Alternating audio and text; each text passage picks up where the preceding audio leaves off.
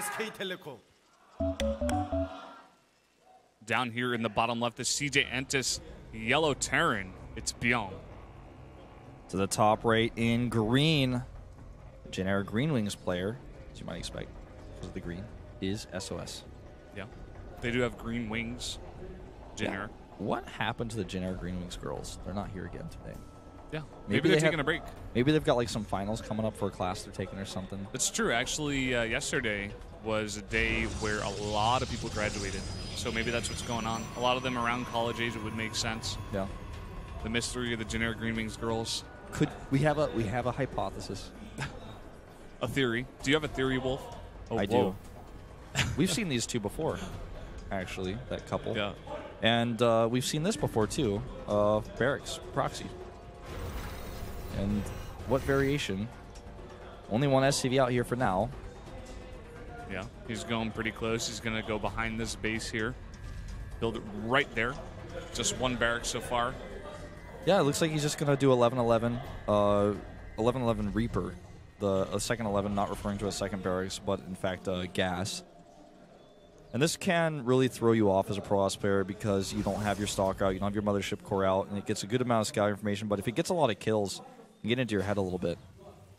And this is not something that's designed to do critical damage. This is not something that's going to handicap the Pro Ops for the rest of the game, but it's definitely something that could give him a lead, you know, depending on how well you micro. I like this against SOS, actually. A guy who's been sort of unstable recently. If you can get into his head early, if you can maybe get a pro kill or two, that can really set you, you know, on tilt if you're SOS, and you don't want to be there with his condition rate these days. Yeah. Now, notice the wall. We have a wall at the back of the base for SOS. He walls between his minerals and the edge of the map. So if the Reaper gets trapped back there by probes, he's not going to be able to escape. So that's a really smart move. SCV is going to come in here. The SCV is actually probably going to fight a little bit here. Try to get some of those shields down. Just poke a little bit. Especially once the Reaper's actually in there, he's really going to commit. Second barracks going up at home for safety against the Mothership Core once that comes out. And he might even rally more Reapers. Possibly like one out of there. Nope, he's even rallying a Marine here. Yeah, getting an extra Marine. Oh, looks like he's going to go back to his base based on that rally. Mothership Core is going to come out right away. Yeah, and with the Mothership Core out here, I mean, it's tough to get a lot of damage done with the Reaper. Yes, if he tried to fight a little bit, but he wasn't really able to get a lot of damage done. And now he's just going to walk home with those Marines and make sure the Mothership Core doesn't do too much counter damage to him. Even building a bunker, top of the ramp. Wants to play this very safe. Yeah, this is a really smart choice. eBay block over here is very annoying. He just sees it. He wants to target that SCV down. Stalker actually gets it with one shot because of that Mothership Core earlier, so that's a small victory. Every second that an eBay builds is so annoying for a Pro Ops. The fastest building hit points per time structure in the game. At least that Terran has, that's for sure. It's just built so quickly. Yeah. Here's this Mothership Core. He's going to be greeted here by this very smart bunker. He's going to have to turn around. Lost no health, but all his shields. Second Reaper's actually queued up here. I wonder which barracks from. It looks like, I mean, if I were him, I would of course queue it from the forward barracks. Yeah, that would only make sense. It just came out. It looks like it's going back home, though. Oh, turns it around. Maybe a bad rally. Yeah, I think it was a bad rally from before when he had his Marines rallied back. SOS, though, he has two Stalkers in the base ready for this. Knows the Reaper's still out there. He's going to find out about the second Reaper soon. These two Reapers going to go to that Nexus. Spot that. See that on the mini-map. Yeah. Observer had a little bit of trouble showing that to us, but we know it's there. Know it's happening. And he splits the Reapers actually now. Just wants to see if he can find any procs. This is a very forward pylon over here to the left side of the map, and I think he's actually going to add a Stargate here. He's got a lot of gas banked up. I mean, what else could it be? Mothership Core is warded away here. He's not adding anything. What is the deal? I mean, he's got like 430 gas. Could we see a similar build like what was done to Flash? It starts to look that way because he's got 3 gates, right? And he's got his Stalkers warping in. He's going to at least be able to deny this expansion for a really long time. Yeah, very similar. Has the same amount of high gas, has the 2 extra gateways. But look at this. Bbyong is totally prepared.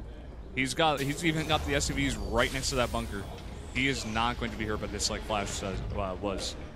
Yeah, I think what we might just see is a Forge go up at home, and he's just going to transition, not actually commit to this attack, but just force that bunker to be there, forces SVs to be off the line.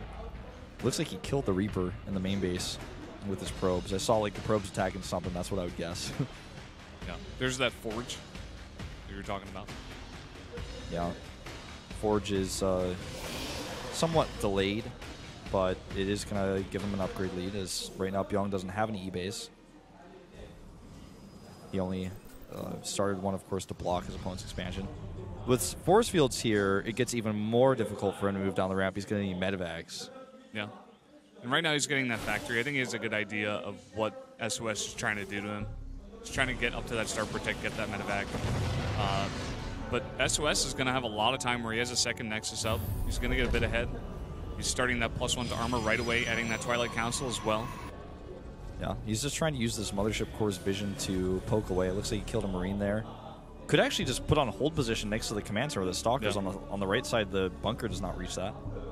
He's being a little bit more cautious on the other hand, though, because he knows that if Stim does finish, he might just try to burst his way down the ramp, so he has to be ready with his force shields. Almost too careful, really.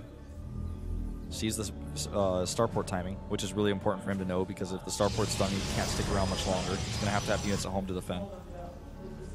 In the meantime, he's just chrono boosting out a ton of probes. He's trying to get his economy up. He's trying to get these upgrades. He's getting charged right when that Twilight Council finishes. Yeah. And, you know, if he continues to chrono boost at all on the +1 armor, he's going to be ahead slightly against Bbyong here upgrade-wise. He's just kind of camping down there at the natural, making sure that Bbyong can't move out without medevacs. And he's using the Hallucination Scout to try to find out where the medevacs are coming from. He has that pylon to the north of the base, so if he tries to go out that way, he'll see it, and he's just kind of swinging around to make sure there's nothing that he doesn't know about. These units trying to see what they can see down there, see what the army of SOS is looking at right now. Adding 3 gates and a Templar Archives at the same time. He sees the medevac. Is he going to respond in time? Nope. Those 2 Widow Mines going to get away in that medevac. Yeah, well, this forces him to go home. He doesn't know what's in there. It could be 8 Marines. It could be 4 Marauders. So he just has to turn around here. There's a cannon completing right now just in time to deal with this, so he's probably not going to get any damage done. He's even going double robo here. That's possibly a mistake. That's kind of crazy. Nice feedback there. Yeah, that's a bit too much to do, especially on just 2 bases so far. Yeah, I mean, what is he going to do, like double Immortal production charge zealots? Yeah, he cancels one. That was just a mistake. Yeah, instead he adds 2 gates. Looks like he wants to stay on this. He's making no more probes. Stays at 49. Yeah, which is going to give Bbyong a chance to catch up in workers. And he starts +2 armor. I think he just wants to do like the opposite of what he described. What he normally does is to take a later third base. So I think it's partial to the map. If you try to take a third base on this map, it's blocked by those rocks. You have to kill the rocks first, and it's a little bit exposed to a Terran player who has these medevacs out. So just gonna play it very safe. Take his third base late. Almost kind of like what we've seen Classic do in the past. Probe gets spotted. Probe production starting again for SOS, of course. Killing the rocks. Killing Spots the that mines. Widow Mine. Mine looks so awkward when he pops out of the ground. Looks like a rag doll. He just like pops out and blows up.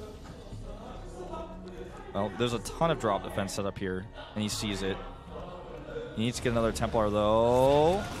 Feedback goes down. He saw this a mile away. He does have the Mothership Core at least. Yeah, he's got to pull those probes, though. He has to warp in or do something. He has to come back here and defend this.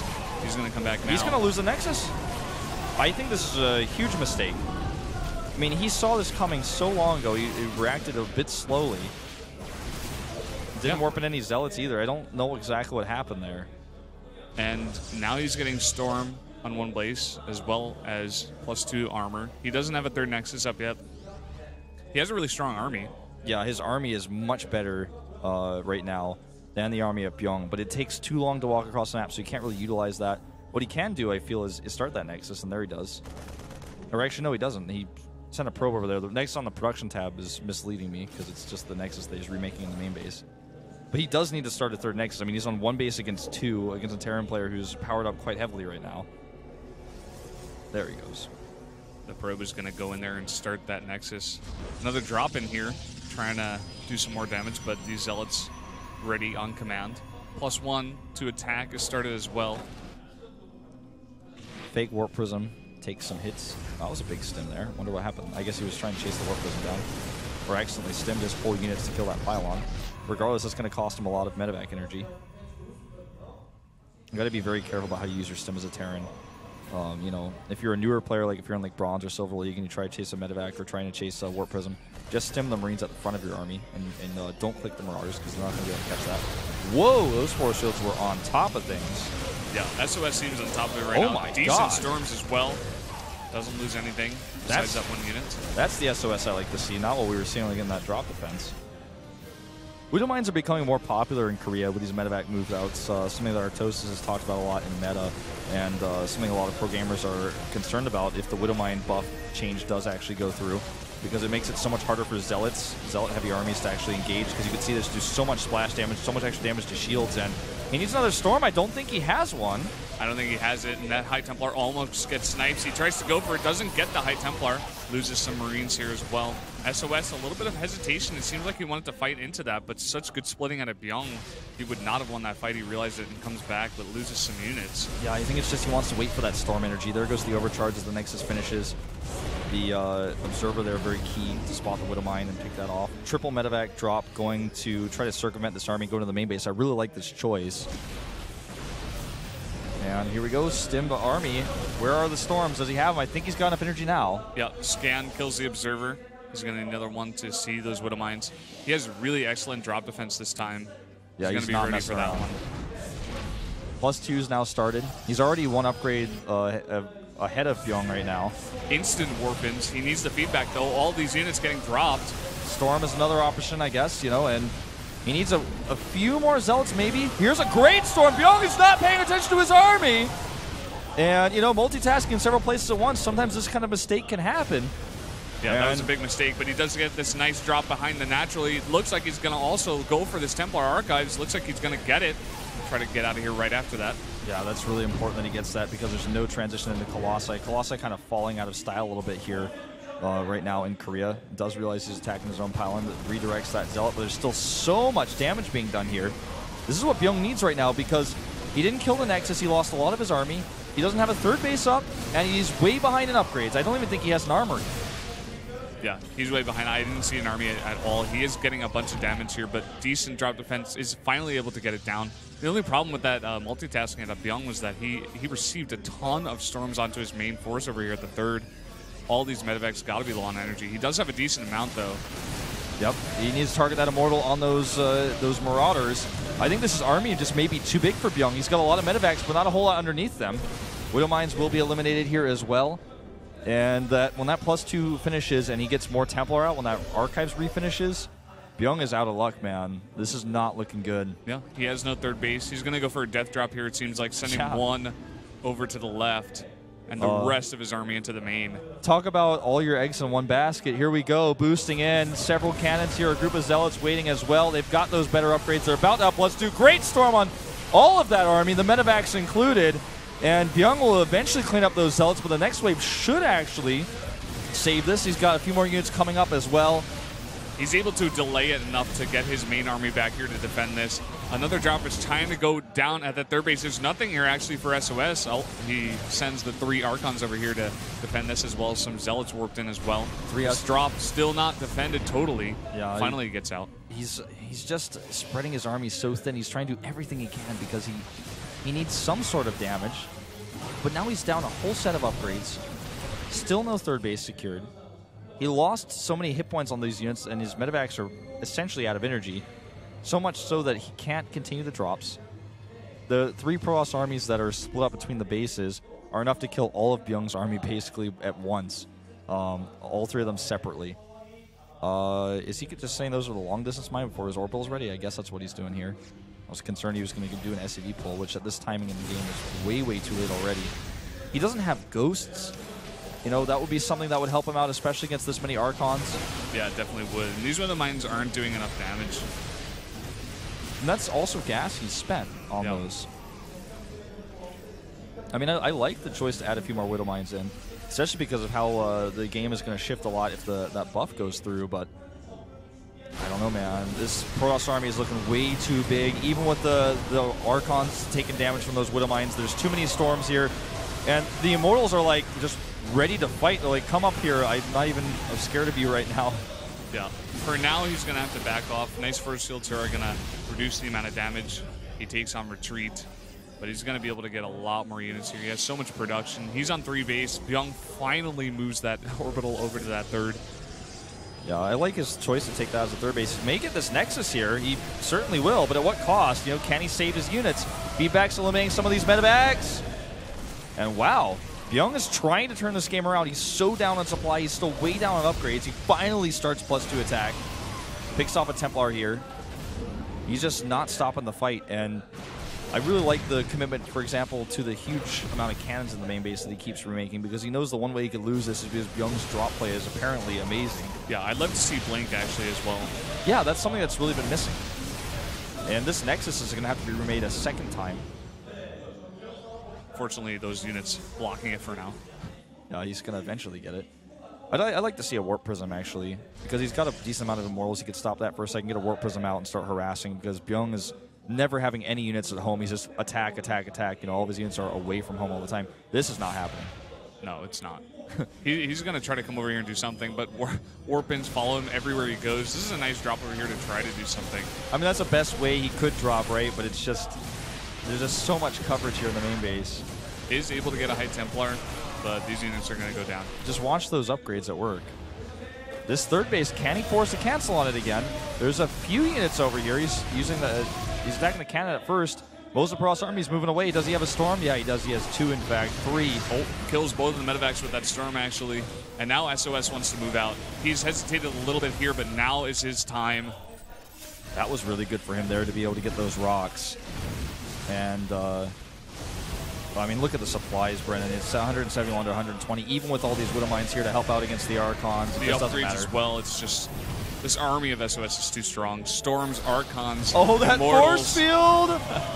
Oh, boy.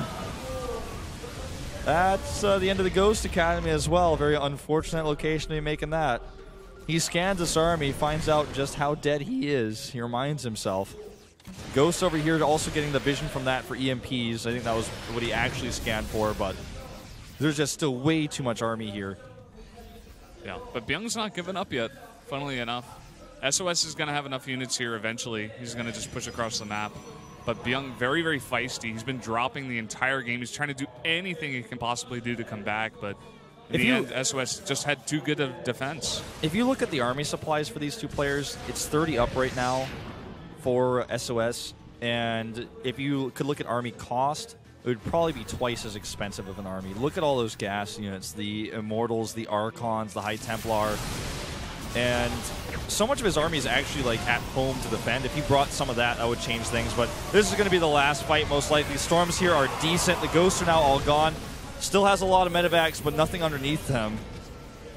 Forcing a lift here on this command center, further putting Bbyong down to 2 bases.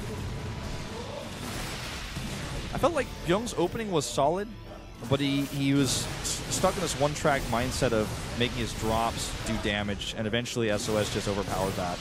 Yeah. He was able to defend it for long enough. Very nice force fields go down here. The army cut in half. He tries to micro over the force fields. There's like no emotion on Bbyong's face showing that he's losing this game. He's just like... So I'm practicing with Gumiho too long. I mean... Look at the unit tab. There are 7 Archons, 5 Immortals, and 8 High Templar against 8 Medevacs, 8 Marauders, and 2 Marines. And 2 sad Widow Mines. Look at that sad Widow Mine. Look at how sad he is. Is he going to get down? No. No. This Widow Mine does shoot a Zealot. Well, that's it. All the SCVs here going down. Bbyong has those Medevacs. That's all he's got. That's all he's had for a while. GG. Storm on the army for the